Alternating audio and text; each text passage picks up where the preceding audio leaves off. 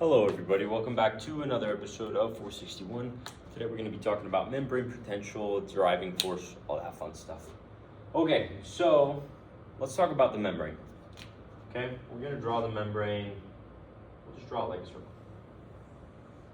So here we have our cell membrane, okay? The cells in our body have a membrane that's known as semi-permeable, which basically just means that some things can get through, some things can't. When we're talking about ions, most ions, well, no ions actually, can get through on their own. They need help through what are called channels. There are a few different types of channels, okay? There's pumps, which will use ATP or use energy to pump ions against their concentration in or out of the cell. Then there's also what are called leak channels, which are basically like open doors that just allow ions to go through. There's other ones, but those are the main ones that are going to set what we call resting membrane potential, or the voltage of the inside of the cell compared to the outside of the cell. Okay? So let's talk about a few different ions, because they're going to play a big role today. Let's talk about potassium. We know that the intracellular concentration of potassium is larger than the extracellular concentration of potassium.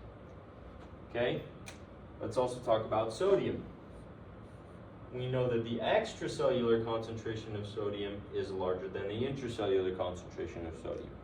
Now we're going to talk about their relation and how that affects resting membrane potential.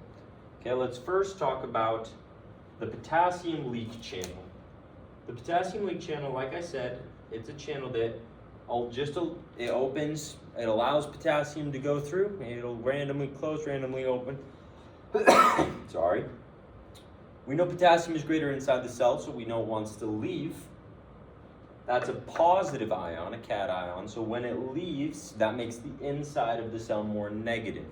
Okay, so that's contributing to our negative resting membrane potential, which is usually around -70. Okay? Now let's talk about sodium.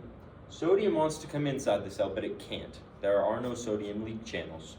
So what happens, another thing that contributes to our resting membrane potential is known as I'm going to get a different color, sodium-potassium ATPase pump.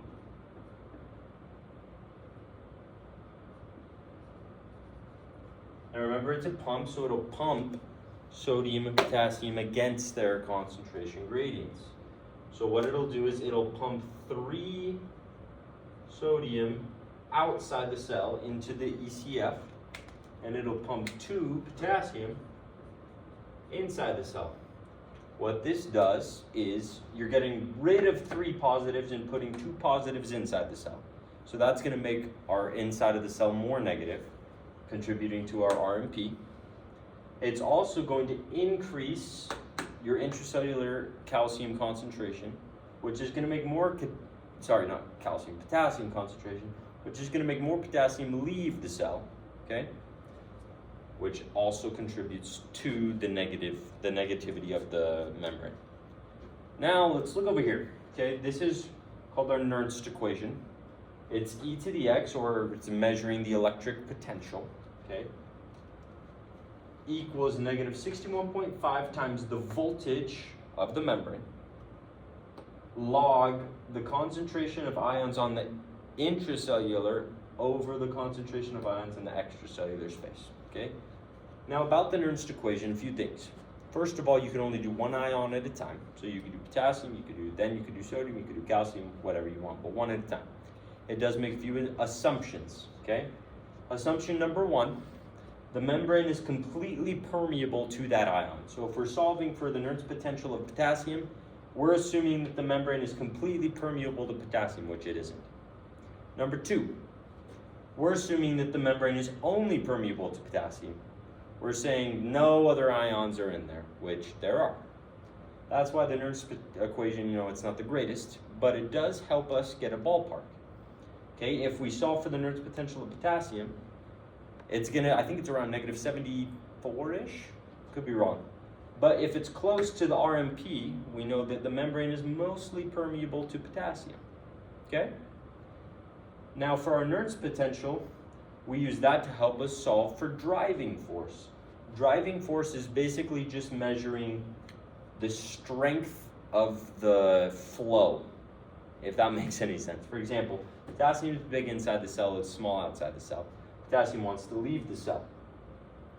Now, if we increase the amount of potassium inside the cell, we're going to increase how much it wants to leave.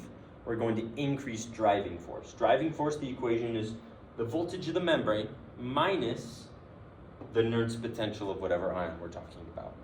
Okay, so the higher the driving force, the more that ion is going to move, the stronger it's going to move. Does that make sense? That's pretty much all we got for you today. It's pretty short. Hopefully you liked it.